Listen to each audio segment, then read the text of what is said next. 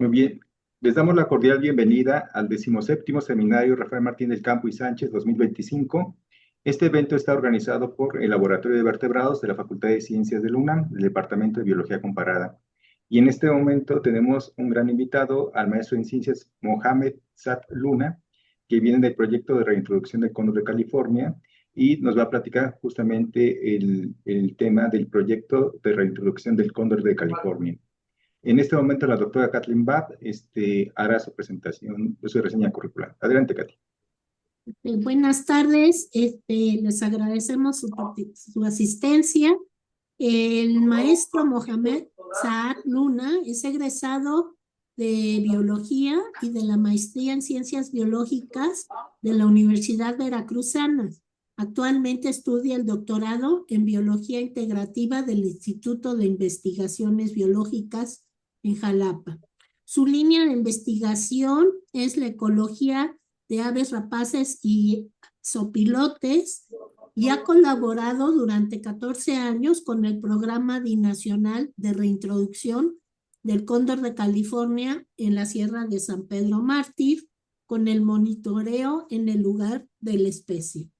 Su afición y dedicación a, a este trabajo le ha otorgado que se le nombre miembro de la Sociedad Internacional de Ornitología y de la US Fish and Wildlife Service por su trabajo y su compromiso en el cuidado de estos cóndores desde 2008 y ha tenido participaciones en distintas instancias, talleres sobre evolución y origen de las aves y otros temas en paleontología de vertebrados. Agradecemos de antemano su participación y pues le cedemos la palabra. Adelante, maestro. Muchas gracias, doctora, y gracias aquí a la UNAM por pues, la invitación. Les voy a platicar un poco lo que se está viviendo en el proyecto de reintroducción del cóndor de California en México, y más que una charla técnica, no va a tener así una estructura tan lineal que la introducción, objetivos, etcétera, sino más bien es como una experiencia, y la experiencia también viene, como mencioné hace rato, pues desde el corazón, ¿no? Porque es un ave que le tenemos mucho cariño, tanto yo como el equipo de trabajo que está ahí, en la sierra. Y bueno, pues partiendo de que este es un proyecto que es binacional, el proyecto de Cóndor es un proyecto binacional entre México y Estados Unidos. Aquí abajo, como pueden ver, están todas las instituciones que nos apoyan. Hubo más y hay más, como los zoológicos de en Oregon, los zoológicos de Los Ángeles, etcétera.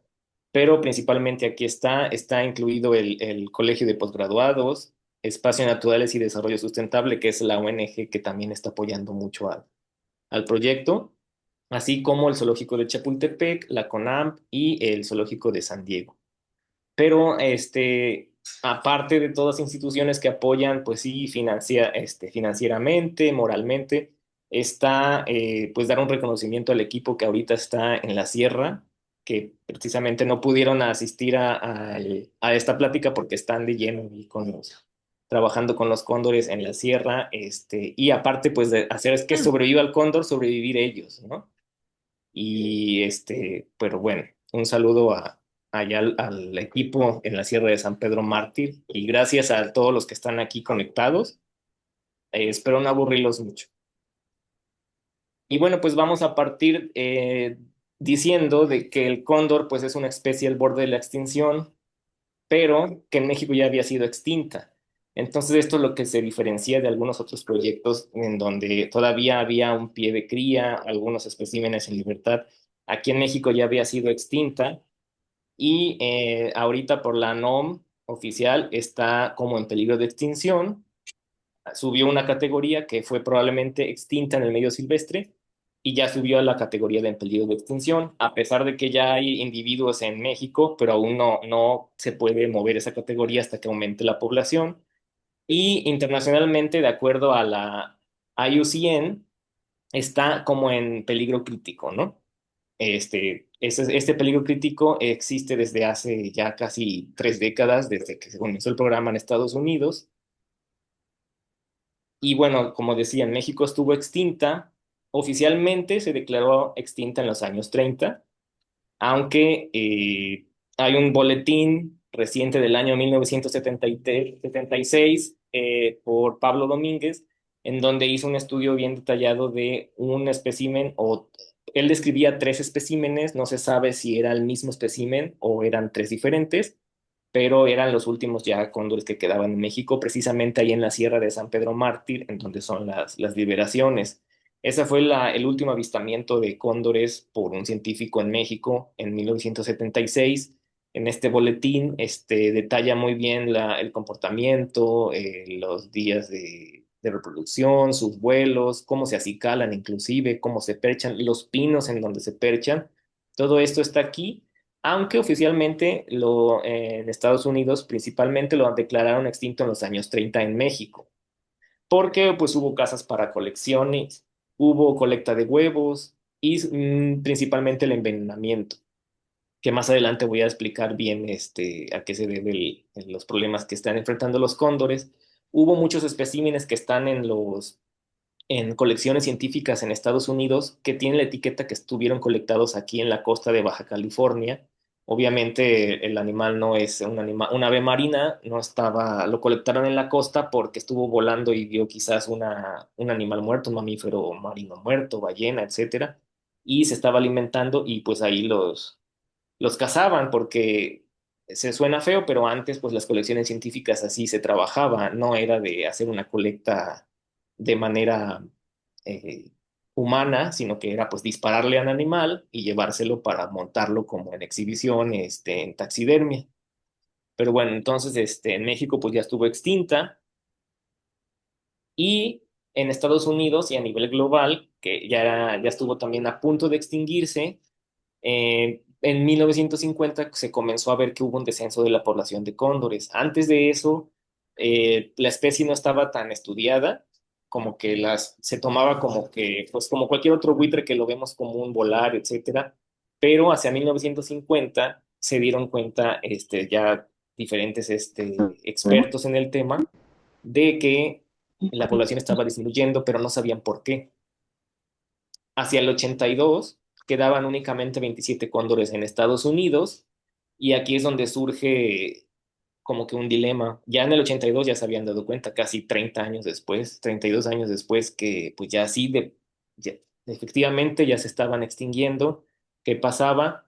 Entonces quedaban 27, hubo 3 posturas que estuvieron en desacuerdo por algunos años, que qué hacer con esos 27, pues ya eran los últimos en el mundo.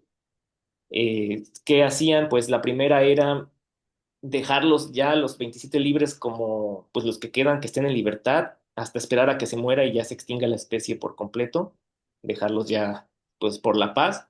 La siguiente postura fue meterlos a un santuario, en donde en ese santuario pues no se iban a reproducir, pero pues ya iban a vivir sus últimos días como especie funcional en ese santuario, para que pues ya los miembros que iban muriendo pues ya dejarlos, pero por la paz, pero que no enfrentaran el estrés ni los peligros de estar en vida libre.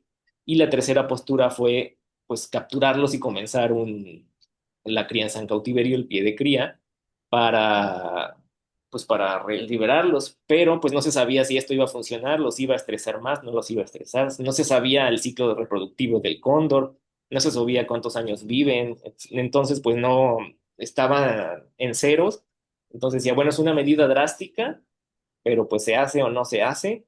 Finalmente se había decidido por dejarlos en un santuario sin reproducir, pero por cuestiones del destino eh, se terminaron metiendo a un zoológico para criarlos, y ahí fue donde comenzó en el 1987 el programa de reproducción en cautiverio.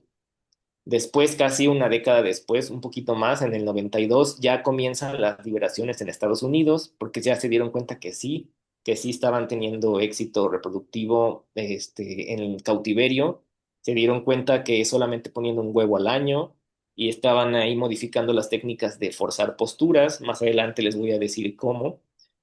Y bueno, en el 92 se liberaron, no fue fácil, los liberaban, unos se morían, unos se electrocutaban, unos se perdían. Entonces ahí también con esas primeras liberaciones fueron viendo pues algunos de los peligros más eh, actuales del cóndor de California, porque pues prácticamente no se sabía nada. Y fue hacia el 2002 cuando también ya se comienza el programa de reproducción en México.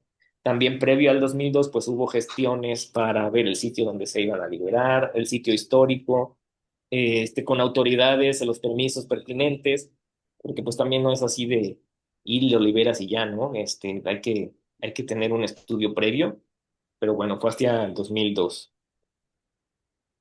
Y pues en cuanto a las características ya biológicas, morfológicas del cóndor, está clasificado dentro del orden de los catartiformes, de la familia Catártide, que anteriormente, y no sé si revisen algunas guías como de hace 20 años, los tenían dentro del orden Accipitriformes, igual que los buitres en Europa y África. Pero ya estudios recientes los han reclasificado porque son un grupo totalmente aparte. Entonces es de la familia Catártide y el género es Hypnohips, que significa cabeza desnuda, y la especie es Hypnohips californianos, que fue adjudicado desde 1797, precisamente de alguno de los especímenes que se llevaron aquí en México por un alemán. Lo tienen este espécimen en un museo en Alemania. Parado, ahí más o menos en la imagen se ve que es alrededor de 1 metro, como se ve, pero la envergadura de las alas son 3 metros, a veces más, a veces menos, de la octava pluma, se mide desde la octava pluma primaria, que es la más larga, hacia la otra octava. Entonces ahí son 3 metros de envergadura. Por lo tanto, se le considera el ave voladora más grande de Norteamérica, ya que su estructura alar es más potente en cuanto a vuelo y a mantenerse más en suspensión que otras aves que pareciera que son grandes como los albatros, algunas cigüeñas, pero en realidad por el peso y por envergadura es el cóndor de California, por su relación de aspecto del ala. En promedio llegan a pesar 9 kilogramos. Puede haber que algunos pesen más, hasta 11 kilos se ha llegado a registrar. Algunos también pueden pesar menos, 7 kilos, pero es dependiendo del ave y su condición corporal, que no está mal, pero el promedio son 9 kilos. Bueno, también en la imagen, como pueden ver, dentro de las características morfológicas, está la cabeza desnuda y rosa, que más adelante tiene que ver, se les voy a explicar, que tiene que ver con la madurez, pero ese antifaz que tiene entre el nostril y el ojo, ese antifaz negro, esa es una característica muy particular de este catártido del cóndor de California, que no tiene ninguna otra ave. Y bueno, y los catártidos, pues, ¿qué son los catártidos o los buitres del Nuevo Mundo? Son 7 especies que tenemos aquí abajo, las 7 eh, que se distribuyen en todo el continente americano.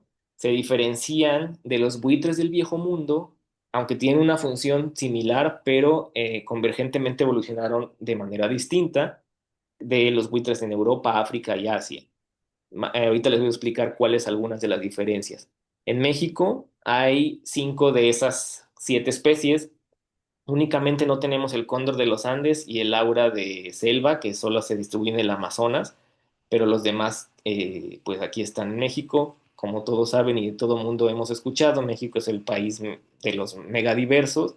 Ocupa, si no mal recuerdo, como el octavo o noveno lugar en especies de aves, en riquezas, pero está dentro de los 5 primeros lugares en otras especies, dentro de mamíferos, reptiles, plantas, pero bueno, esa es una idea de que les presento a los buitres del Nuevo Mundo, pero pues, ¿cuáles son las características que los diferencian del Viejo Mundo, ¿no? Pues algunas de las más comunes y que podemos ver evidentemente es el nostrilo o la abertura de las fosas nasales, en donde a los catártidos, como el cóndor de California, es un canal que se abre prácticamente de lado a lado. Si se ve en la imagen, a veces uno puede ver a través del canal, del otro lado del nostrilo, a diferencia de los del Viejo Mundo, en donde ellos presentan un cere que está aquí, el pico, similar al de las águilas o los loros.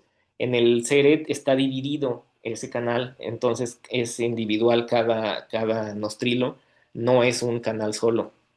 Ahora las patas. Los buitres del Nuevo Mundo realizan la urohidrosis, que es prácticamente el defecar sobre sus patas. Sus patas originalmente cuando nacen no son de color blanco. Ese color blanco lo produce la urohidrosis, que es el defecar sobre sus patas. Esto les permite a ellos autorregularse la temperatura. En época de calor, pues se siente más fresco. En época de frío se siente más cálido. Además, que les protege como que los neutraliza de los patógenos que pueda haber cuando ellos están sobre los cadáveres. Esta función de la urodrosis no la realizan los buitres del viejo mundo, como el de las patas de la derecha que ven aquí, sino que las patas están de su coloración como debe de ser, pero sí lo realizan las cigüeñas. Es por eso y además por características genéticas en que sí los clasifican más cercanos a las cigüeñas que a los buitres del viejo mundo. De hecho, genéticamente tienen solamente 1% de convergencia los buitres del viejo mundo con los del nuevo mundo, pero 25% de convergencia con las cigüeñas. Otra característica es los nidos. Aquí en la imagen se ve claramente que los buitres del Nuevo Mundo no, como el cóndor de California, no hacen nidos como tal, sino que el huevo lo depositan directamente en el sustrato, en cavidades, normalmente. Llega a haber algunos en Estados Unidos, algunos cóndores que sí anidan en las secuoyas, en esos árboles gigantes, pero en México pues no se da. En México lo que sucede es que son en cavidades. Abajo el polluelo está también sobre el sustrato y a la derecha vemos en los buitres del viejo mundo como si tienen un nido, ¿no? Como tal. Ellos le llevan las ramas y todo el sustrato con el pico, porque ambos, regresándome a la imagen anterior, ambos buitres no tienen patas prensiles como otra rapaz. Entonces, por lo tanto, ni a tanto los del Nuevo Mundo como los del Viejo Mundo, las patas no les funcionan para sujetar objetos, que es uno de los mitos que a veces las personas creen, porque es un ave de gran tamaño, mide 3 metros, pues por lo tanto puede cazar animales. Pero pues eso no puede ser porque anatómicamente no les sirve para eso las patas. Ahora bien, ¿de dónde vienen los catártidos y el cóndor de California en general? Pues sus restos más antiguos son del Pleistoceno. Yéndonos más atrás, se cree que en el Eoceno, perdón, hace 56 millones de años, se originaron todos los catártidos en Europa y ya hacia el Oligoceno, ya 30 y tantos millones de años después, migraron hacia el hemisferio oeste o hacia América. Y los restos más antiguos de la especie del género Hypnohips y la especie como tal es de hace 12.000 años o 9.000 en el Pleistoceno, en donde toda la costa oeste de Estados Unidos, México y también en el centro de México había estas grandes concentraciones de mamíferos de megafauna. Había pues mamuts, perezoso gigante, eh, estos camellos, caballos, y obviamente al haber esas migraciones de animales, pues había también carroñeros obligados como los cóndores que iban siguiendo estas migraciones. A medida que fueron extinguiéndose esta megafauna a causa del hombre, entre otras cosas, y también a la expansión de los humanos aquí en el hemisferio, en América del lado oeste, pues también empezaron a haber más problemas entre conflicto humano-cóndor, y así es como poco a poco fue mermando la población. Este es el mapa de la distribución actual del cóndor de California. En cada uno muestra el ámbito hogareño en promedio de la población. Por ejemplo, en el de California son 3 sitios de liberaciones que ya la población, pues las 3 poblaciones ya están juntas. Creo que son 4 porque una en Oregon también están haciendo gestiones para hacerlo.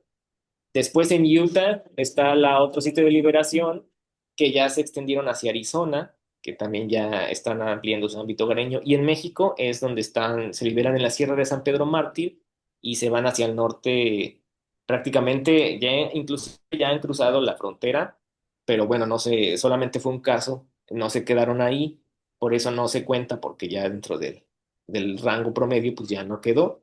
pero sí han llegado a cruzar la frontera. Sin embargo, se regresaron a México porque el hábitat es mejor del que está en Estados Unidos. Y bueno, pero ¿por qué liberamos cóndores? Además de que es una especie pues que estuvo al borde de la extinción, es una especie emblemática, es el ave voladora más grande, sí, y pues se quiere remediar algo que el humano hizo como a manera de compensación, pero también tienen una función ecológica importante, no solamente es poner cóndores porque sí. En la Sierra de San Pedro Mártir tenemos dos carroñeros, que es el cóndor y el aura, el Catartes aura.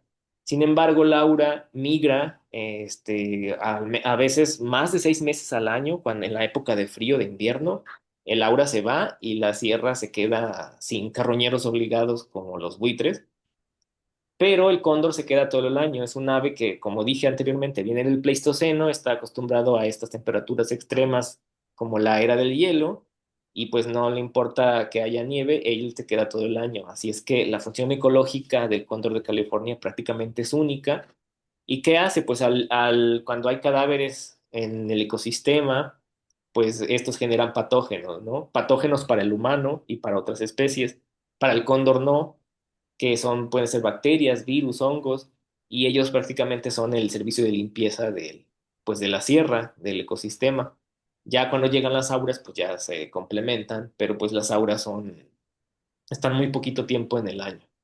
Así es que a veces yo lo comparo con el servicio de limpieza de las ciudades, como pues el camión de la basura, y siempre uno, tanto con los carroñeros como estas aves, como con los humanos, uno menosprecia, ¿no? Que el camión de la basura, que si vas a trabajar en la basura, a la veces inclusive lo tomamos a burla, pero pues alguien debe de hacer ese trabajo sucio y no significa que el que trabaja removiendo basura tiene que estar sucio.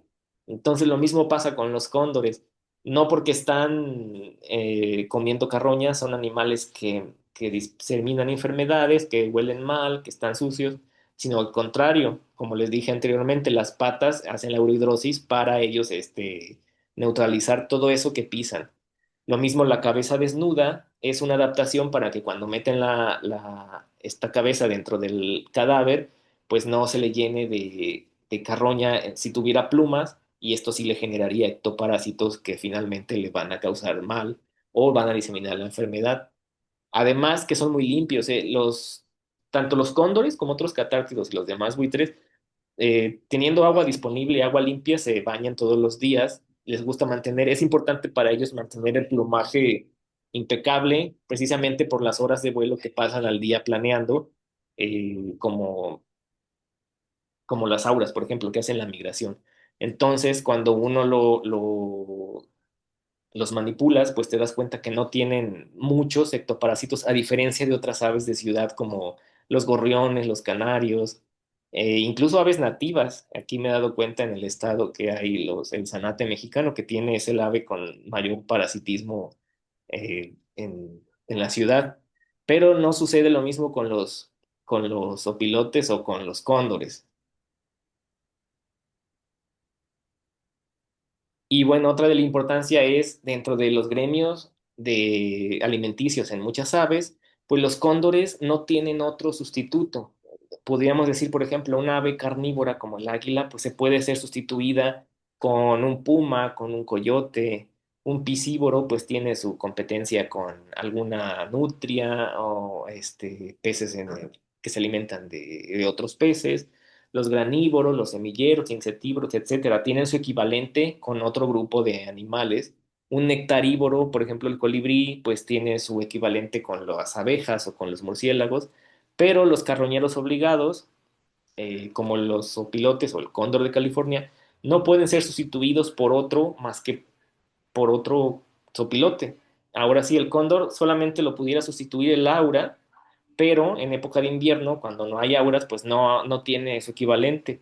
A veces uno llega a ver que el coyote o el águila o el puma pueden comer carroña, pero a estos se les llaman carroñeros facultativos porque no están diseñados para comer el carroña. Lo hacen ya en un extremo porque no encontraron comida, porque están enfermos, porque no pueden ir más lejos, pues ya ni modo, comen carroña, pero su organismo no está diseñado para eliminar todos los patógenos que existen en la carroña. A veces inclusive los puede matar, o con las heces ellos pueden diseminar esos patógenos a otros sitios, a diferencia del cóndor que los elimina ya con la eudrosis.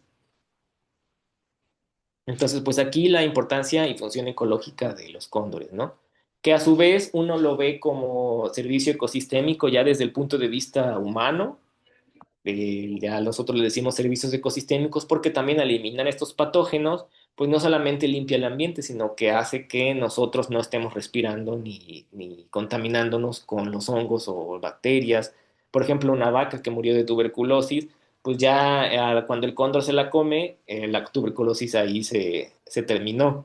No se esparce la enfermedad a otras vacas, que eso también afecta económicamente al humano y así. Entonces, ese servicio ecosistémico también lo cumplen los cóndores de California como carroñero obligado.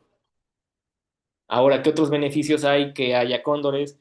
Pues estudios han hecho que reducción de gases de efecto invernadero, en donde casi la misma emisión que hacen las fábricas, también la realizan los cadáveres si se acumulara ese gas invernadero en todo el ambiente.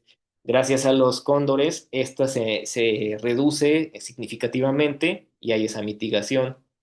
Además, que con la urohidrosis, alrededor de cuando están alimentándose del cadáver, ellos, si defecan, aparte de las patas, y cae esa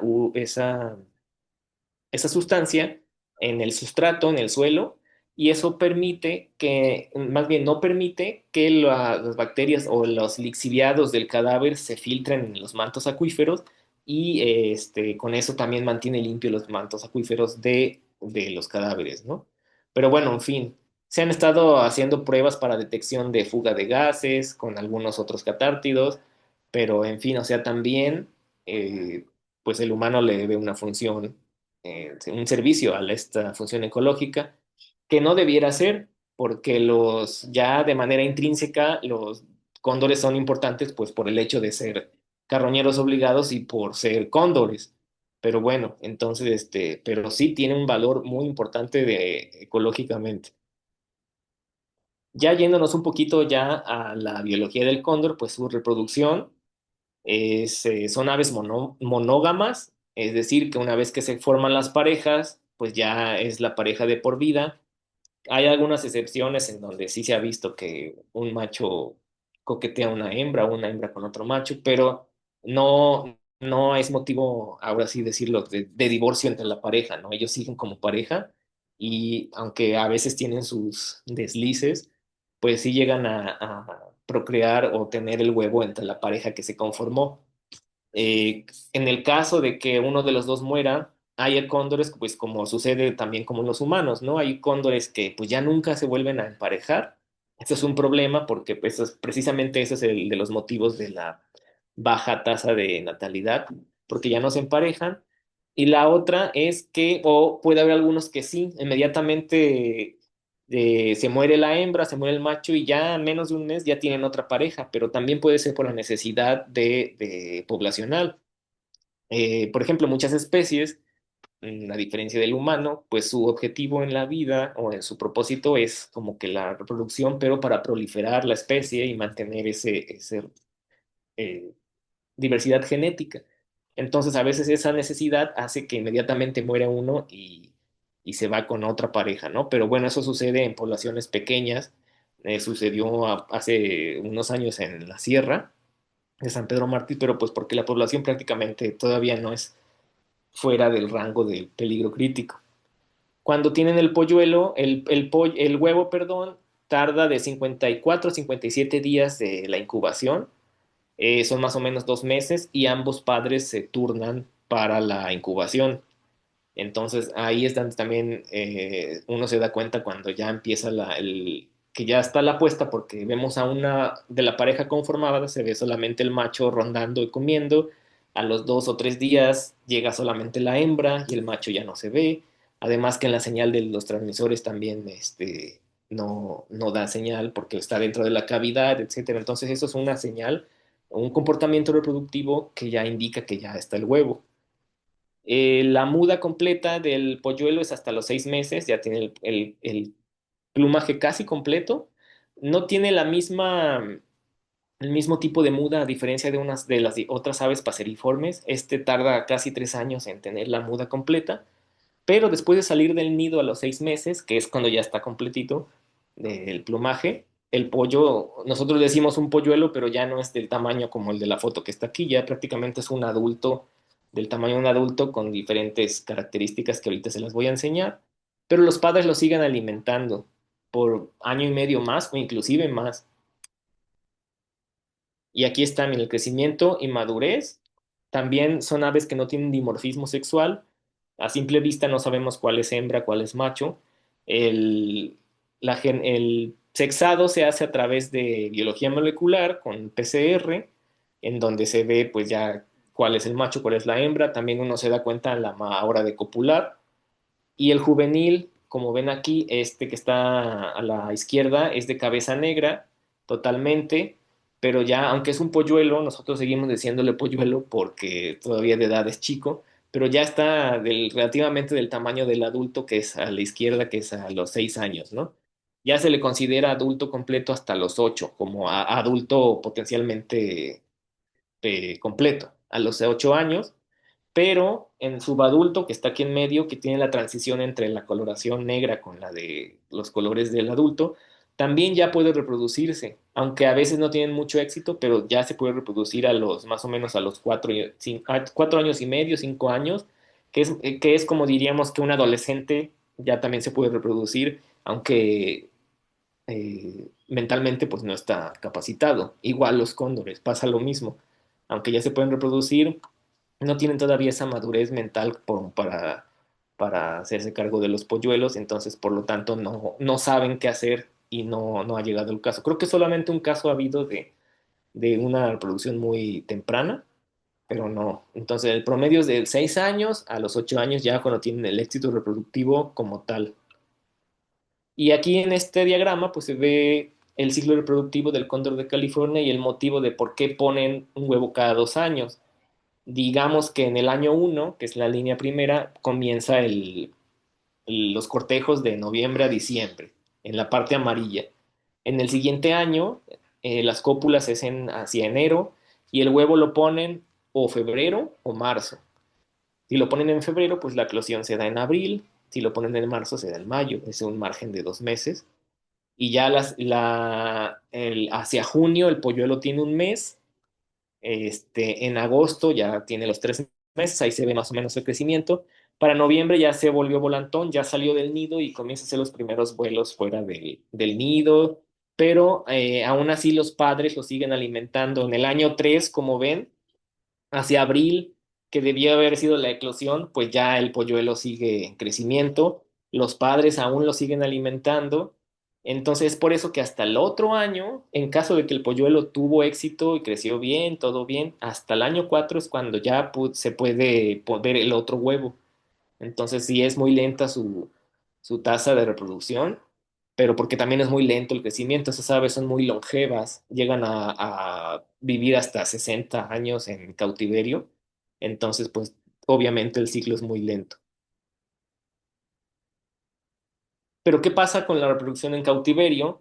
Pues gracias a los zoológicos, muchas personas a veces decimos la palabra zoológico y como que pues les da miedo, ¿no? Dicen, ay, es que los tienen encerrados a los animales, es para diversión de los humanos, pero pues últimamente los zoológicos han funcionado como centro de conservación de la vida silvestre, porque gracias a ellos es que, por ejemplo, el cóndor está aquí gracias a que ellos tienen el programa de reproducción en cautiverio y tenían los especímenes también ahí pues como en stock, tenemos cóndores ahorita.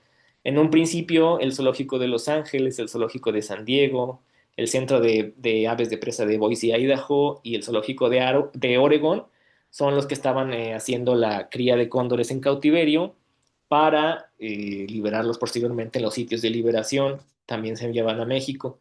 Desde 2016 se unió el zoológico de Chapultepec, que orgullosamente es el lugar o el zoológico fuera de Estados Unidos que está criando cóndores, que también se están liberando en la Sierra de San Pedro Mártir.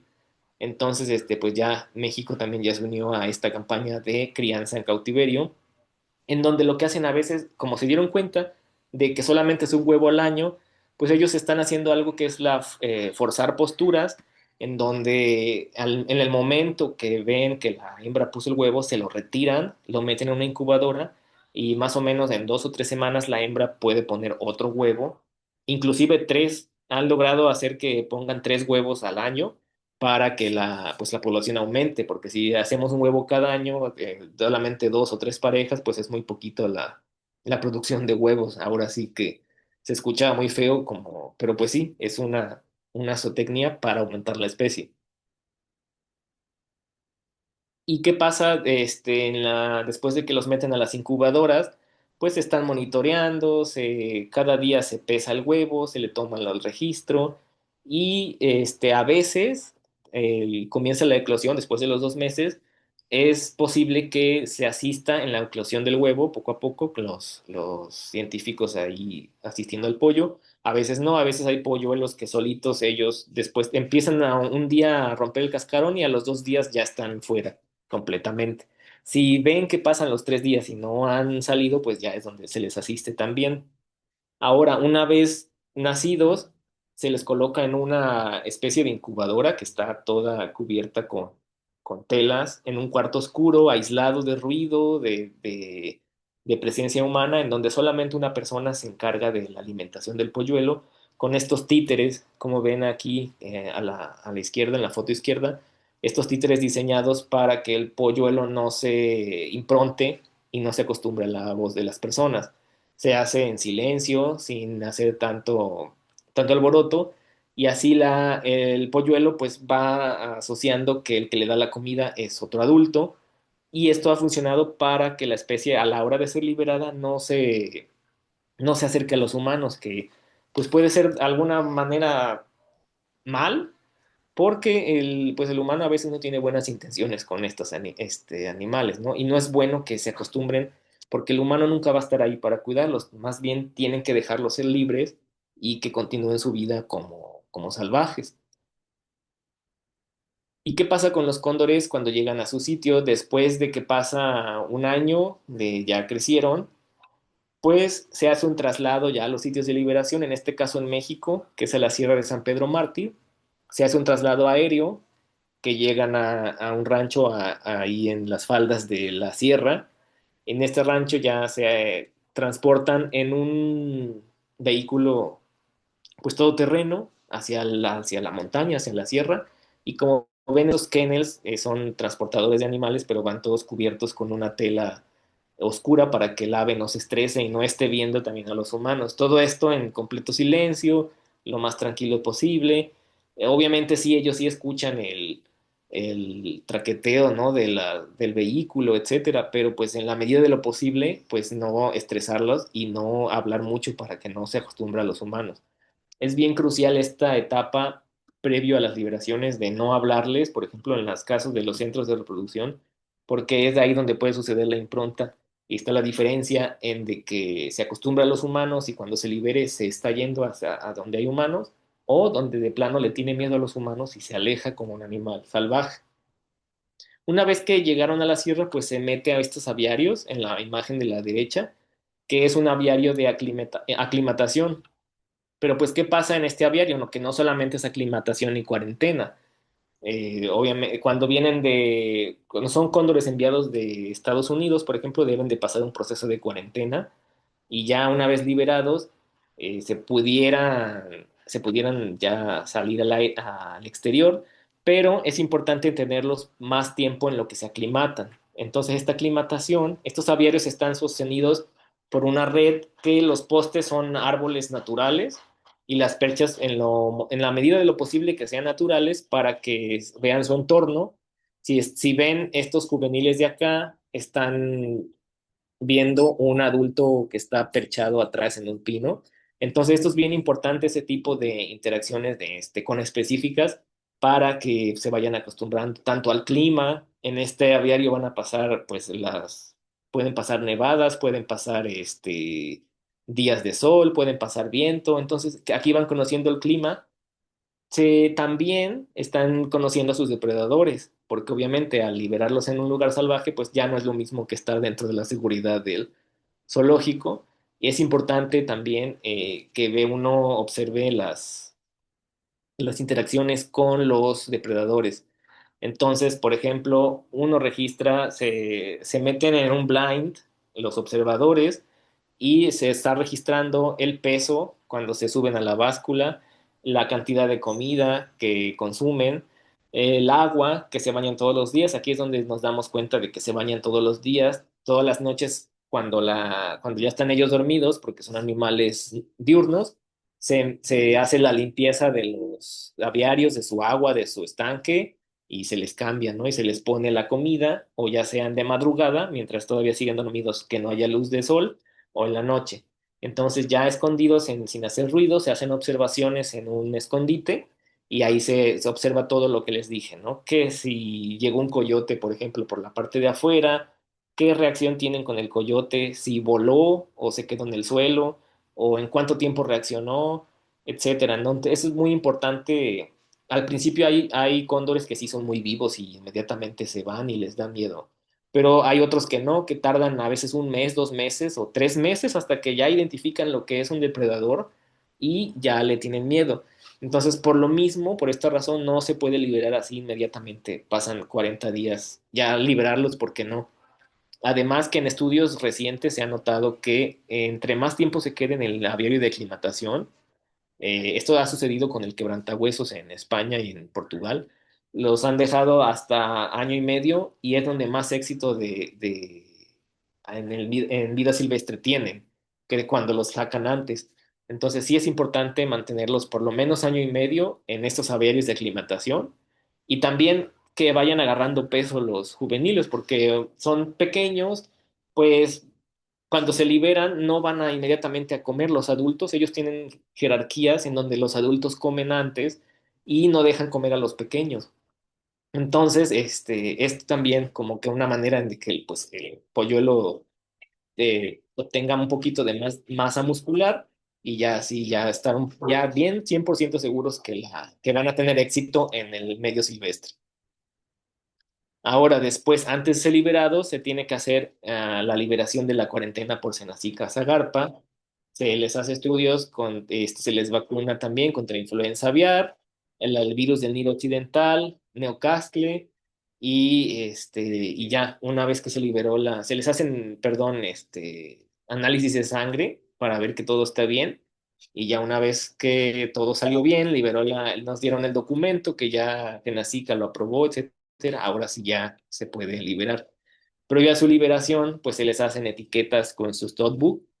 El Stotbook es un registro que se tiene de cada especie que está al borde de la extinción, como en el caso del cóndor de California, se le tiene que hacer como un inventario.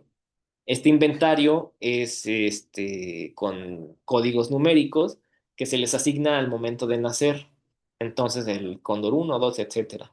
Ya así, así haya muerto el cóndor, ese número se le quedó ya como para él y se sigue la numeración como tal, ¿no?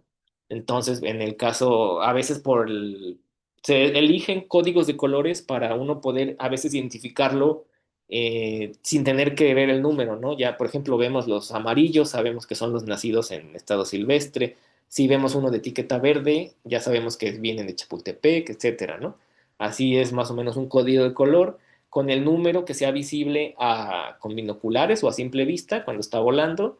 Y cuando no tienen transmisores o que no les funciona, pues ya sabemos que está volando el número 79 y sabemos que es el 1079, solo que no les cabe todo el número 1079 en la etiqueta, o bien se utilizan los últimos dos dígitos del código de numeración y así es como se identifican. Esta etiqueta se les coloca de manera patagial, aquí está, y también, a su vez, va la etiqueta, pero se le coloca un transmisor, ya sea de un ala de telemetría convencional, en el otro ala telemetría satelital. Algunos cuentan con un chip subcutáneo, pero pues este chip no se les implanta cuando están en el zoológico, ya al enviarlos, pero este chip no le dura mucho la batería, a lo mucho un año, y después el mismo organismo lo desecha. Algunos inmediatamente se los colocan y al mes ya lo desecharon. Entonces este chip subcutáneo no es muy confiable. Por lo mismo se les ponen los transmisores satelitales. Y bueno, ¿qué pasa con los cóndores ya una vez liberados? Así es más o menos como se hacen las liberaciones en Estados Unidos, ya sea que se meten en los kennels y se les lleva al sitio de liberación, se les abre, o directamente de los aviarios hay una portezuela en la parte alta donde se les coloca, se les retira la malla y ellos salen por su propia cuenta. A veces tardan en salir 1, 2, 3 días, 4, en lo que se dan cuenta que ya pueden irse más allá. Muchos no se quieren aventurar inmediatamente a la sierra, otros sí, inmediatamente se les abre y se van. Entonces, y ya ellos por su propia cuenta comienzan a explorar. Se les da alimentación suplementaria, que esto es más que nada como apoyo a precisamente los recién liberados, porque los adultos ellos se encuentran, ya está más que comprobado que de su propia cuenta encuentran cadáveres por toda la sierra, pues tienen la capacidad de volar horas y horas sin gastar energía buscando carroña y todos los días se les observa con buche donde ya fueron a comer, pero los recién liberados a veces, como les mencionaba de las jerarquías, los adultos no los dejan comer o no se quieren ir tan lejos a explorar y ya es como que esa alimentación suplementaria que se los coloca en la noche sin que se vea en la madrugada, es como que una manera de ayudarlos, ¿no? Para que en lo que ellos ya se empiecen a animar un poquito más. También esta alimentación suplementaria es libre de plomo, ya que pues uno de los grandes peligros para los cóndores es la intoxicación por plomo y pues los animales que encuentran por ahí en la sierra de manera libre, pues no estamos al 100% que estén libres de plomo. Pudo haber sido un venado que alguien lo cazó y lo dejó por allá y se fue a morir lejos, etcétera, ¿no? O alguna vaca que murió y tenía químicos y entonces esos químicos se le van al cóndor y se envenena. Entonces es bien importante también para nosotros tener una alimentación suplementaria libre de plomo y que los podamos concentrar. El monitoreo con telemetría, pues aquí está, ¿no? Que son más que nada dos maneras, que es la convencional y la satelital. Estos son los tipos de transmisores que se utilizan. Como les dije, se ponen de manera patagial. Esta forma de colocar es la menos agresiva. Últimamente han estado optando en otros programas como en Sudamérica y en Europa de ponerlos de manera como de chaleco, de backpack o en la rabadilla, pero es más complicado, es más largo el proceso y se les puede caer con facilidad. Y aquí en la patagial no, porque pues va atornillado, no le hace daño al ave, no le molesta para volar, además que no le sangra, se parece mucho a los orificios que se hacen en las orejas de los aretes, pues está diseñado esa zona para eso. Entonces, la manera patagial es la que se utiliza en San Pedro Mártir. Y pues cómo funciona el sistema convencional, que es el VHF, que el Very High Frequency, por sus siglas en inglés, en donde uno se coloca en un lugar alto y captar la señal. Se hace un escaneo de 360 grados con la antena para captar la señal del cóndor. Ya dependiendo de la intensidad y la dirección, sabemos en dónde está el cóndor en tiempo real. Aquí está el escaneo. Entonces es básicamente un receptor en donde están registradas todas las frecuencias de los radios convencionales, un cable que va a una antena y se hace el escaneo, ¿no? Eso se hace prácticamente todos los días, todo el día, así esté nevado, así esté soleado, todos los días se tiene que hacer ese escaneo para ver qué está haciendo los cóndores en tiempo real y en qué dirección. A veces esto nos indica de que lleva, por ejemplo, una semana dándonos señal en la misma dirección y la misma intensidad tal cóndor. Entonces, pues es momento de ir a buscarlo en caso de que pueda haberle sucedido algo, por lo menos ir por el cadáver, si es que le pasó algo. A veces no, a veces es porque un juvenil quiso estar muchos días ahí porque le gustó y ya. Y bueno. Y la telemetría satelital, por el contrario, que es el cóndor o su radio, emite la señal al satélite. el cual tiene un receptor y ese receptor emite otra señal de regreso al sistema de información geográfica en puntos. Estos puntos, como ven en la siguiente imagen, pues se traducen así en un mapa, aunque este tipo de telemetría nos da no es en tiempo real como la que anteriormente les mencioné, que es el convencional, sino que esta como tiene horario de Greenwich, son más o menos como 16 horas de retraso. Entonces lo que hizo el cóndor ayer lo vamos a saber hoy, lo que hizo el cóndor hoy lo vamos a saber hasta mañana. Entonces no sabemos lo que está haciendo el cóndor ahorita, pero sí nos va a dar un punto exacto de dónde está. También aquí en este tipo de mapas podemos ver los movimientos de los cóndores, si se fue lejos, si se fue poquito, si está parado en un mismo sitio, inclusive si está en el suelo o está volando. Entonces, esta información es bien importante, independientemente de que el mapa se vea bonito, pues es un tipo de monitoreo y control que saber que el cóndor está bien.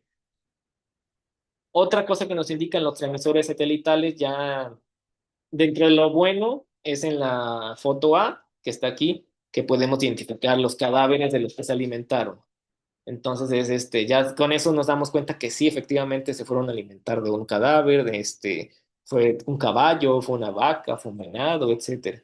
Pero pues también nos puede ayudar a recoger los cuerpos, porque también dentro de lo no tan bonito es que pues muchos cóndores corren peligro, que se los puede haber acechado un depredador y pues quedó ahí las alas con el transmisor, pues bueno, pues vamos a recuperar el cuerpo y eso es también parte de lo que nos ayuda a los transmisores, porque déjenme decirles que uno de estos transmisores llega a costar hasta $4,000 y es importante por lo menos recuperarlo para poderlo utilizar en otro cóndor que está vivo.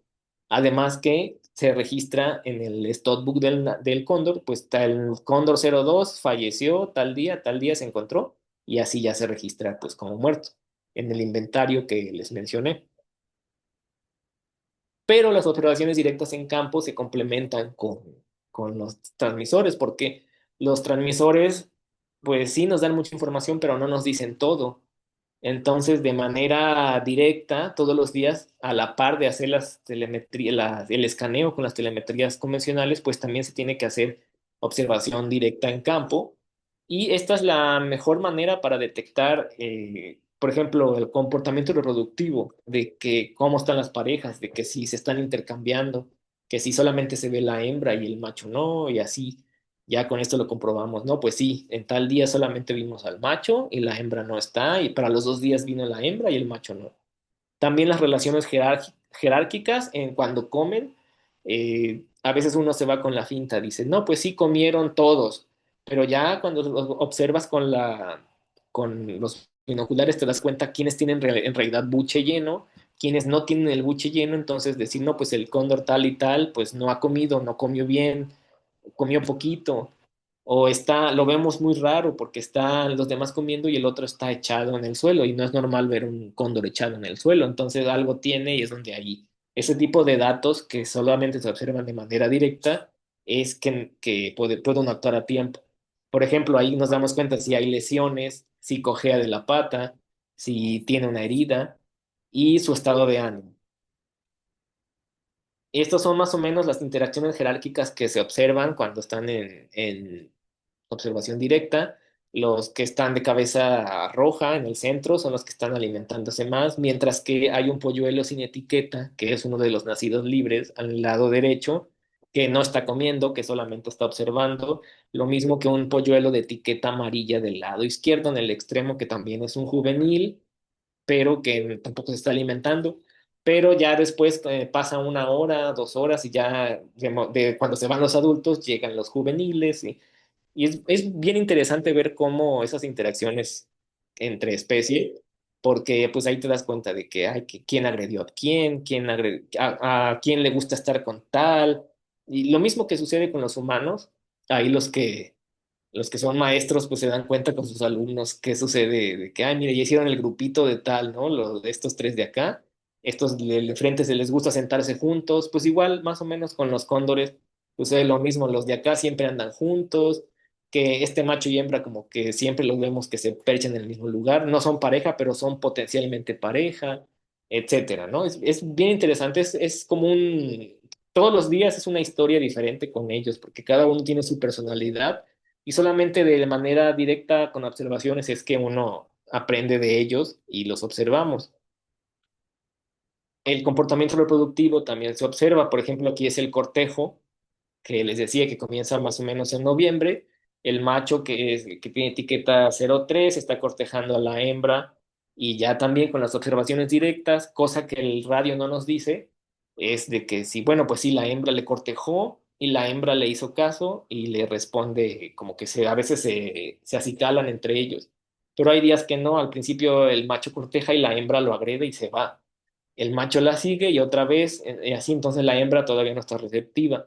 A veces ya cuando va más allá, pues ya vemos las cópulas, después del cortejo va la cópula y también se observa, oye, ¿copuló bien o no copuló bien? Porque es bien importante ver si nada más se le subió encima, pero no copularon porque la hembra se fue o llegó otro cóndor a interrumpir. O sea, son muchos factores que hay que ver y ya se anotan. No, pues ahora sí copuló bien. Entonces registra el día que copuló bien, más o menos se hacen las cuentas y a ver, para tal fecha pondré al huevo. Es bien importante todo esto. Ahora, también la observación directa nos asegura la presencia de volantones, como en el caso de acá, con un telescopio se observan los vuelos de los padres y ya cuando se tiene la certeza de más o menos en qué dirección puede estar el nido, por varios días se está observando con con un telescopio, perdón, ya de gran magnitud que pues más o menos que pueda haber y ahí es donde se observan estos polluelos que así como en la foto de arriba es como uno los ve, ¿no? No se ve tan claro, pero vemos que es un cóndor porque se mueve, los padres llegan, le dan de comer y pues, estos polluelos no tienen radios, entonces esta información no se pudiera saber si no se hace con este tipo de observaciones. Ya con el paso del tiempo nos damos cuenta que ese mismo polluelo pues ya empieza a volar cerca de de los sitios de alimentación, ya se acerca con los demás miembros de la parvada, ya se acercó al sitio de alimentación y así darle seguimiento, que pues Naomi ya lleva más de un año en que sigue aquí, ya es momento de poderlo capturar para ponerle sus radios y sus transmisores, etcétera. Pero también nos damos cuenta de este tipo de incidentes con la observación directa que no nos dice los radios, que es, por ejemplo, esta hembra tenía atorado esta lata, pero si no hubiera sido a la observación directa, pues no se puede proceder a retirarle esto. Entonces hubiera muerto de inanición a los pocos días porque no le impedía ni tomar agua ni nada, ¿no? Entonces, esto ya ha sucedido en dos ocasiones, uno aquí en México y en Estados Unidos también les ha sucedido exactamente el mismo caso de que meten el pico así en en la lata. A su vez, también otro tipo de monitoreo es la instalación de cámara remota que pues de manera indirecta, porque son varios sitios de alimentación suplementaria en donde no se puede estar todas las personas, pues déjenme decirles que ahorita son pocas las personas que están en la sierra, entonces pues no se pueden como que dividir tantas personas en todos los sitios, entonces en algunos sitios se hace observación directa, pero en otros se dejan cámaras remotas para ver cuáles son los que llegaron que no se vieron en tal sitio, ¿no? Y ya pues también tiene muchas ventajas porque ya ahí queda registrado que si, por ejemplo, yo soy daltónico y vi el número 77 verde, pero en realidad no es verde, es azul, pues ya no, aquí no hay error. Aquí en la foto te va a decir cuál es. Entonces, esa es una de las ventajas porque cuadro por cuadro te va diciendo qué hicieron, quién comió, quién no comió, quién tenía buche, quién no tenía, pero las desventajas es que a veces son tantas fotos que demanda mucho tiempo el analizarlas y ahí es donde también es cansado, cuando te dicen hay que analizar 3.000 fotos, 2.000 fotos, 4.000 fotos de lo mismo, entonces como que sí, ya pierde uno mucho tiempo y es cansado. Además que esto descarta los cóndores que estén volando y ya no podemos ver quiénes están volando como pareja, si se percharon por atrás de donde está la cámara, si a veces llega un coyote del lado derecho, pero pues aquí no aparece hasta que ya el coyote está ahí. Entonces todos esos datos tampoco nos lo dice porque descarta mucho y la duración de la batería, que uno depende de estarle cambiando las pilas a la cámara, etcétera. La inspección de nidos es otra manera, pues para mí, experiencia de las más bonitas en cuanto al monitoreo del cóndor, pero también es de las más arriesgadas, ¿no? Aquí, por ejemplo, estamos viendo al lado izquierdo Juan, que es alguien experto en rapel, que tiene que bajar en rapel porque los nidos, como les dije, son acantilados y la cavidad está en la mitad del acantilado, que son 200 metros para abajo y 200 metros hacia arriba. Entonces la única manera pues es bajar en rapel y ya les decía que es una experiencia muy bonita porque aquí nos damos cuenta de que no, pues sí está el huevo o a veces llegamos y ya está el polluelo y pues es un éxito. Para nosotros esto ya es un éxito como que un fruto de tanto esfuerzo de pues del monitoreo. Se les hace una ovoscopía para ver si el huevo es viable. La mayoría que nos ha, en la Sierra de San Pedro Mártir, prácticamente todos han sido viables. Y después con regularidad, a cada mes se está yendo a observar cómo va el crecimiento de la eclosión del pollo, el crecimiento del polluelo, a los 30 días del pollo, a los 60, etcétera y así ya darle seguimiento si es que se puede acceder al nido. Hay ocasiones que no se puede, está demasiado accidentado y es peligroso y pues también no, no es posible hacer este tipo de inspección, pero en la medida de lo que cabe se logra.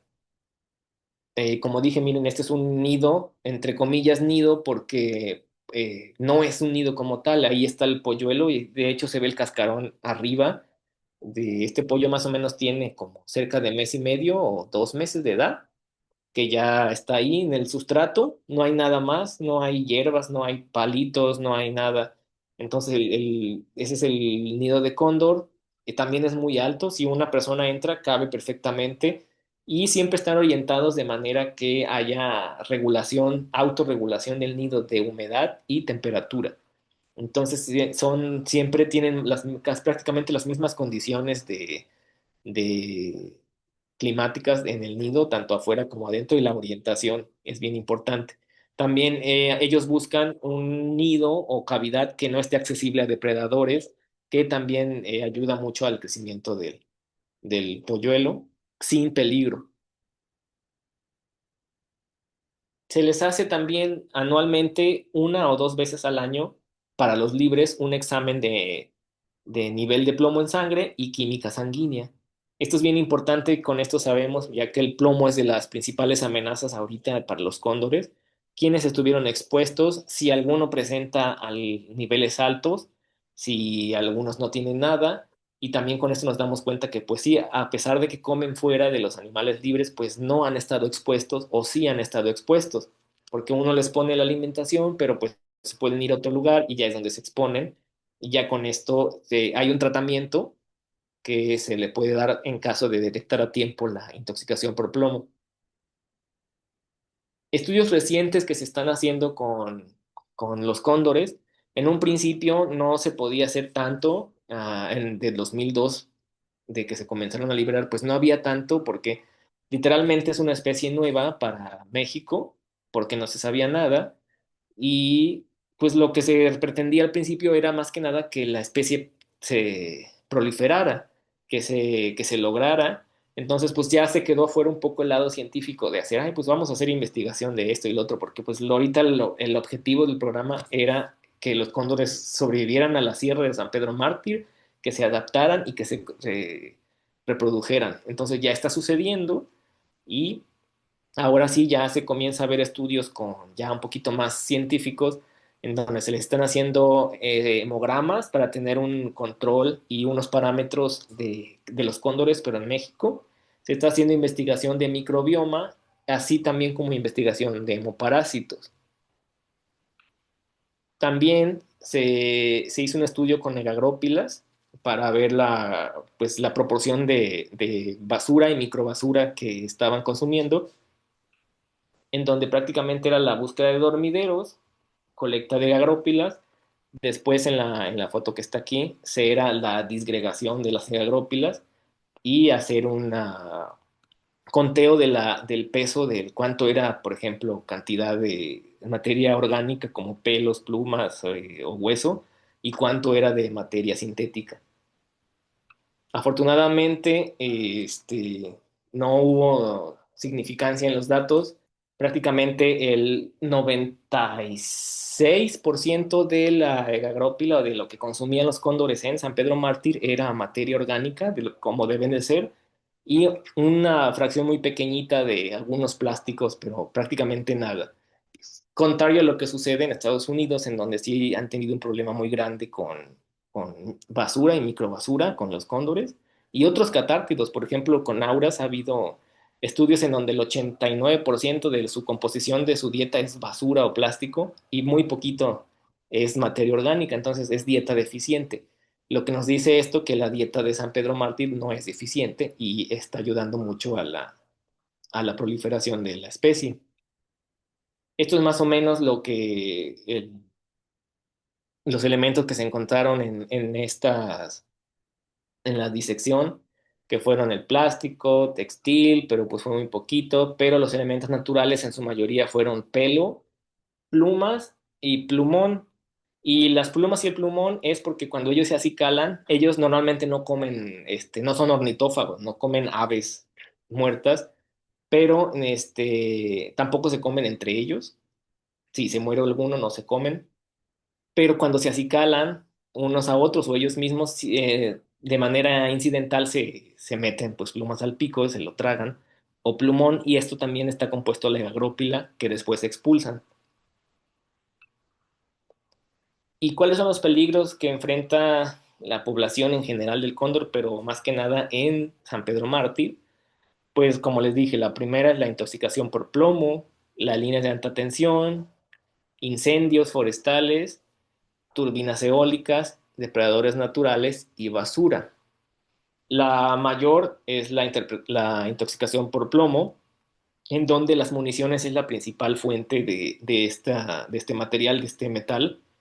Les dije hace rato, por ejemplo, un cazador que quiere matar a un venado, no en la sierra, porque en la sierra es parque nacional, no se puede, pero ajeno a la sierra, le dispara y a lo mejor no es bueno disparando y lo hiere, pero no lo mata y el venado se va, ¿no?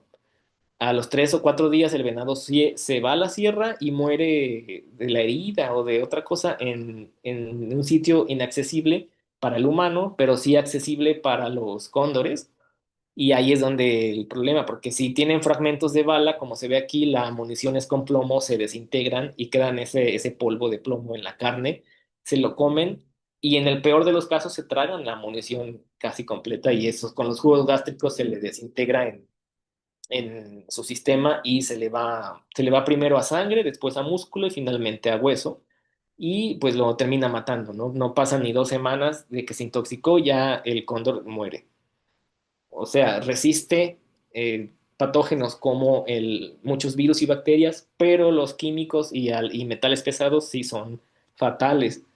Y ahí es el problema, donde se hace mucho hincapié en que sea libre de plomo la carne, se habla con las personas, inclusive hay una alternativa de poder utilizar municiones sin plomo, pero pues no es muy accesible o mucha gente por tradición no lo quiere cambiar porque dicen, ay, pues yo he toda mi vida casado con este tipo de balas con plomo y qué diferencia hay y no me ha pasado nada a mí, pues no les interesa mucho la salud de los cóndores en sí, ¿no? Pero más bien, más que nada se necesita concientización con las personas, más que con los cóndores, porque los cóndores se están portando bien de no consumir comida hasta ahora con tanto plomo. En México, afortunadamente, no ha habido incidentes mayores, a diferencia de en Estados Unidos, de que sí se les han muerto pues al año al mínimo unos 20, 30 individuos por intoxicación por plomo. En México no ha sucedido hasta ahora. También la electrocución por tendidos eléctricos, que también en México no ha sucedido, pero puede ser un problema potencial ya que se han estado haciendo tendidos eléctricos cerca de la sierra porque está llevando luz hacia el observatorio. Entonces, eh, hay parte subterránea, pero hay parte con tendido eléctrico. También afortunadamente los cóndores se están portando muy bien y no se van a esas estructuras. Ellos como con un ala, la otra ala, como son tan grandes con su envergadura, pues sí pueden electrocutarse a diferencia de otras aves. Que hay alternativas que se puede hacer, como por ejemplo cubrir de plástico estos salientes que están aquí donde se pueden electrocutar. En Estados Unidos, como si sucedía, en los aviarios se les ponía una estructura similar a un poste, en donde se les daba un toque ligero, y ahí ellos se van poco a poco acostumbrando a no pararse en estas estructuras. Pero les menciono, afortunadamente en México no ha sucedido, se están portando muy bien y ellos evitan volar por cerca de estas zonas. Los depredadores naturales, eso sí, pues sí, sí ha habido incidentes en San Pedro, pero pues ahí sí no podemos decir nada porque es parte del ciclo, no podemos decir, no, pues sí hay que eliminar pumas y hay que eliminar coyotes para que estén los cóndores, pues esto sí no se puede hacer nada más que dejar que el coyote o el puma se lo comieron, pues ni modo, es selección natural. Y lo único que se puede hacer es mitigar este riesgo cuando en los aviarios de aclimatación, donde les decía que uno observa la reacción, cómo reaccionan. Si vemos de plano que es un cóndor que no reacciona ante un depredador, pues mejor no se libera, porque ya sabemos que se lo van a comer. Si ya pasó todas estas pruebas, etcétera, y lo emboscaron, pues ni modo, ¿no? Entonces, pues no hay de otra. Pero esta parte de la basura, microbasura, sí también es otro peligro potencial que ya me da gusto que con los resultados de Agrópilas no está tan potencial, pero sí había sido la causa principal de muertes en polluelos en Estados Unidos hacia el año 2004, más o menos. Esta es una foto real de lo que se le sacó a un polluelo de cóndor en Estados Unidos, del buche. Todo esto lo tenía acumulado y eso es porque él estaban haciendo observaciones al polluelo en el nido, comenzó a aletear cuando vio a los papás para pedir comida y que se cae del nido. No recuerdo qué altura tenía el nido, pero pues sí, parece que se fracturó. Inmediatamente llegaron los biólogos a recoger al pollo para hacerle una radiografía para ver qué fractura tenía y se dan cuenta que tenía todo esto y ya es donde comienzan a darse cuenta de que pues los polluelos tenían acumulado todo esto, que son como 300 gramos de basura en el buche, lo que les impedía comer comida pues que nutritiva. Estaban teniendo una dieta igual deficiente y llega un momento que también ya no les cabe tanto. Un adulto de cóndor lo regurgita en agrópilas, como lo mencioné anterior, esas pelotas lo regurgitan y ya no pasa nada, pero los pollos no tienen la capacidad todavía de regurgitar, entonces ya van teniendo una dieta deficiente y se les puede ir acumulando y por eso se estaban muriendo desde el nido. Pero ahora bien, ¿por qué confunden pues el hueso con la basura, ¿no? Porque de manera natural los cóndores, la fuente de calcio de los padres para los polluelos, pues no es darles leche como un mamífero, ¿no? Como un gato, un perro, a los cachorros les da leche. Los cóndores no pueden hacer eso, pero los polluelos necesitan calcio. Entonces, de los fragmentos que van quedando en un cadáver, que llegó un puma y trituró un hueso y quedaron así astillas o pedacitos, eso es la fuente natural de calcio de los cóndores.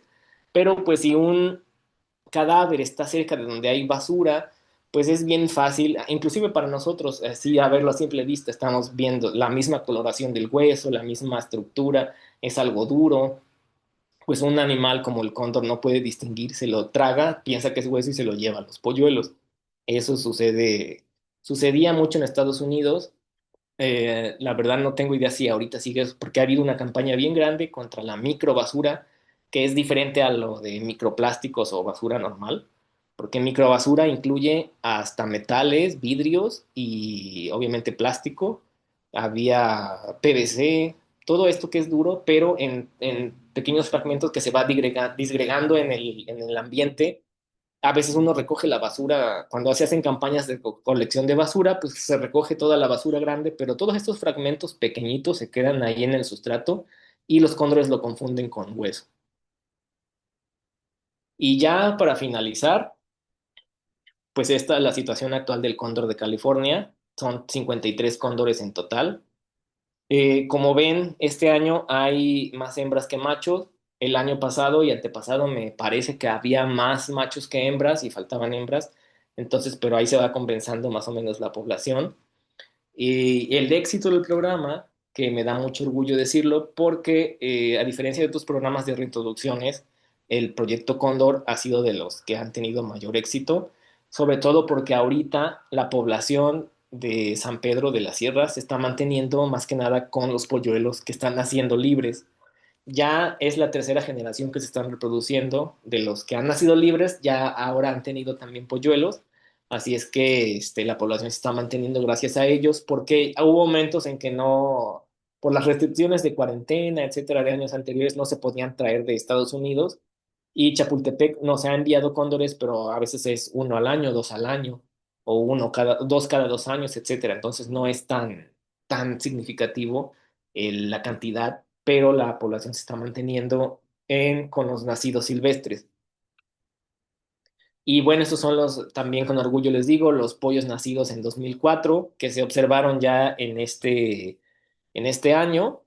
Como ven, ya están todos con su Stotbook, que es el número que se les registra. Está desde el 1324, 1325, 1338, 1339 y 1340, que próximamente van a ser solo 24, 25, 38, 39 y 40 por el número que no les cabe. Pero bueno, aquí todos hasta ahorita están sobreviviendo bien. Todavía en esta etapa los papás les están dando de comer, así es que sabemos que aquí tenemos 5 parejas, por lo menos reproductoras, establecidas, y les están dando de comer. Hasta el siguiente año, si es que ya se logró bien estos, ya van a poder ver si tienen otro. También como noticia próximamente, no sé si en estos días o la próxima semana o el otro mes, están por enviar 2 cóndores de Chapultepec, que es Cuy y Tugualo, que están rumbo a San Pedro, que en los zoológicos en Chapultepec pues, les ponen nombre para hacerlo mayor atractivo, pero creo que ya llegando a la sierra van a ser solamente 52 y 53. Así es que ya en el corazón uno les va a decir su nombre, pero es mejor tenerlos por su número. Y bueno, eso es próximamente como noticia y paréntesis. También un agradecimiento al equipo que aquí están todos los miembros en San Pedro Mártir, que es Catalina Porras y Juan Vargas, que son los que están de lleno ahí. Desde el 2002 que hubo las liberaciones, ellos siguen ahí al pie del cañón. Por eso precisamente no pudieron estar en esta charla porque ellos están viviendo con los cóndores, viviendo en la sierra. También están Iram Licona y Alejandra Argüelles, que también han estado ya varios años ahí. Y creo que hay unos voluntarios ahorita, si no mal recuerdo.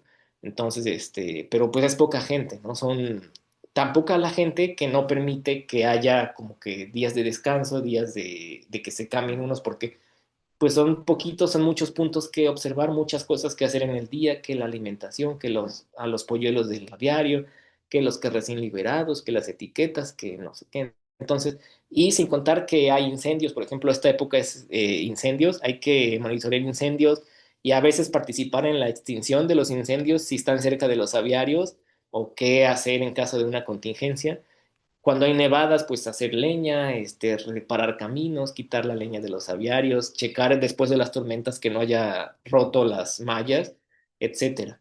Entonces sí es mucho trabajo, tanto de cóndores como de supervivencia, así es que pues felicidades también al equipo que está allá y muchas gracias.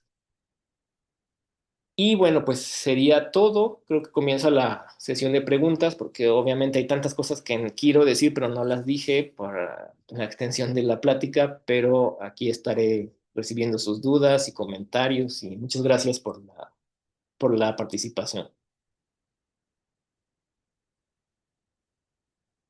Gracias por tu plática tan completa e interesante. Tienes varias preguntas. Entre ellas, preguntan que en cuál de los dos sexos se da más la monogamia serial. Pues yo diría que fue el macho, en el macho es donde sucede, pero también ha sucedido en una ocasión bueno, sucedió en macho esta monogamia, pero también déjenme decirles que hubo un macho que se murió la hembra y se dio abasto para que el polluelo saliera adelante. Entonces también sucede pero sí, los machos son más dominantes en todo este aspecto reproductivo. Además que en la crianza de los polluelos también se ha visto que los machos son los que quieren permanecer más tiempo con los polluelos. Ok, gracias. Guillermina Campos pregunta que ¿cuándo empezó la idea de incubar los huevos de forma artificial y cuáles fueron los inconvenientes de esto? La idea fue en el 87, me parece, pero fue donde decía yo que ya se había decidido por llevarlos a un santuario, pero sin programa de reproducción ni nada. Pero por cuestiones ahí de cosas que se hicieron bajo del agua de científicos, que gracias a ellos es que sí se logró, pues que de repente que dijeron, no, pues sí, sí los vamos a meter a incubar en los zoológicos de Oregon y Los Ángeles, ahí principalmente comenzó, fue en el 87, si no mal recuerdo. Y pues de los primeros inconvenientes fue eso, que no se sabía nada, estaban en cero, no se sabía el tiempo de eclosión, entonces estar todos los días revisando, obviamente hubo varios intentos fallidos, no se sabía de que se podía forzar la postura después de que se le quita inmediatamente y pueden otra vez poner otro huevo, entonces al principio tenían muy baja producción de huevos, no todos se les lograron, creo que fue hasta el 90 más o menos que ya ellos se dieron cuenta que podían mantener ese ritmo de vida y cómo fueron modificando. Este, tienes muchas felicitaciones. Preguntan, Gracias. este, cuando están en cautiverio, si están juntos ambos sexos y si hay competencia. Si están juntos, sí, o sea, cuando llegan, porque son juveniles, se meten, si son tres, cuatro, se meten todos ahí en el aviario. Lo que se estuvo haciendo también es que se meten con una mentora, que eso no lo mencioné, es una mentora que es una cóndor adulto, que no sirve para liberación porque por muchas cuestiones, porque no le gusta reproducirse o porque tiene mal comportamiento, pero sí sirve como para poner en su lugar a los jóvenes. Entonces, normalmente siempre es una hembra y los juveniles están ahí, tanto hembras como machos, pero ¿y cuál era lo demás? Dificultades. Ese sí, Pero ¿cuáles eran los? Sí. sí, bueno, las dificultades de que estén dentro de los aviarios es que puede haber, por ejemplo, un depredador que no le tienen miedo, se acercan mucho a la barda y se los come, ¿no? Ok. Pero es precisamente lo que hay que ver, que le teman. Pero son juveniles, ellos, tanto hembras como machos, pues todavía no están en edad reproductiva, no, pues no pasa nada.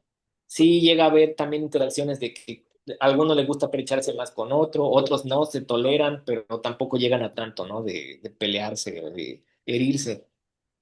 Ok. Este, por ahí preguntan que si hay labores de educación ambiental que se lleven a cabo en la población cercana. Sí, sí hay, de hecho, anualmente durante Semana Santa hay un operativo en donde, porque llegan muchos turistas al parque y se están dando charlas y talleres con respecto al cóndor y lo de basura que le estaba mencionando hace rato, así como lo de sus peligros, etcétera. Hay algún programa para niños que se estuvo implementando en escuelas también. Gracias a ese programa hubo unos niños que identificaron a un cóndor que se te había perdido hace muchos años. Una niña lo identificó, que el papá decía que no, que era un pelícano, y la niña dijo, no, es un cóndor, porque yo escuché las pláticas del cóndor. Y entonces, gracias a eso, puede uno ir al sitio inmediatamente y verificar que de veras es el cóndor. Pero sí, anualmente, por lo menos en Semana Santa, se están haciendo en esos operativos, que es una semana completa de dar a veces hasta 4 o 5 charlas al día. Y de repente en escuelas como esta, ¿no? Que es más de difusión, también se está. No está en un programa tal como de educación ambiental, pero más que nada es de difusión. Ok. Y sí participa la comunidad en estos programas de conservación. Sí, de hecho, ha habido programas por parte de gobierno en donde se quiere involucrar a las personas aledañas a la sierra, tanto del lado de la sierra como del lado del desierto, e involucrarlas para, precisamente se les ha dado equipo para que puedan monitorear ellos del lado que no está en la sierra, porque sí está un poquito retirado los cóndores que anidan en el desierto, que está diferente a donde está el equipo de San Pedro. Entonces las personas se le está adiestrando para que ellos puedan dar datos, por lo menos de que vimos al cóndor tal día de la etiqueta, no sé qué, o si bajaron a comer del otro lado de la sierra. Entonces sí, la gente sí está, eh, se les dio un taller para que puedan ellos identificar un cóndor de otras aves y por lo menos ayudar en ese tipo de registros. Ok, ¿hay algún correo con el cual se puedan contactar con ustedes para hacer preguntas o tratar de Sí, mira, colaborar? aquí, mira, en este es mi correo personal, pero les puedo dejar aquí en el chat, Sí, por que es el favor. correo oficial del Ajá. programa, que es ecocondor, cóndor arroba, creo que es hotmail.com. Y si no es Hotmail, pónganle Gmail, a ver en cuál de los dos. Pero es que uno ya estaba saturado. Pero si no, pueden escribirme aquí al correo que tengo aquí, que proporciono aquí, y yo los enlazo directamente con el equipo. Ok, muchas gracias. Tienes varias preguntas, algunas Catalina Porras ha contestado, le agradecemos Ah, sí. Ah, qué bueno que está Katy por ahí. le agradecemos mucho su Sí, colaboración y pues se nos termina el tiempo, desgraciadamente. Muchísimas gracias por tan completa conferencia. Esperamos seguir contando con su colaboración. Y gracias a bueno, ustedes. pues gracias, ¿no? No, pues gracias a ustedes por la invitación y estamos al pendiente. Y muchas Gracias. gracias, Mohamed. Estuvo súper interesante la conferencia. Les agradecemos a todas y todos ustedes que nos hayan acompañado. Y también además un recordatorio para el siguiente martes 9 de septiembre. Tenemos la siguiente y penúltima conferencia de este ciclo del 2025 y es sobre restauración ecológica, reintroducción y monitoreo de ñandú en el Parque Nacional Patagonia por el médico veterinario Cristian Saucedo de Reguay, Chile. Entonces, dentro del martes 9 nos veríamos a la misma hora. Muchas gracias, Mohamed, y un gusto conocerte y escucharte y toda la labor Igualmente, gracias a a todo ustedes. el equipo de Cóndor, a Catalina y a todos los que hacen Sí, creo posible que este ya está por proyecto. ahí, qué bueno. Sí, sí, pues estuvo genial escucharlos. Este video también lo pueden ver y lo vamos a subir a la página de Facebook del Seminario Rafael Martín del Campo, entonces, para que nos puedan seguir. Te agradecemos mucho. Sí, sí. Saludos, hasta luego. Saludos, hasta luego, que tengan bonita Gracias, hasta tarde. luego, Buen día a nos todas y vemos. todos. Adiós. Sí. Gracias a todos, hasta luego. Adiós, muchísimas gracias, besitos.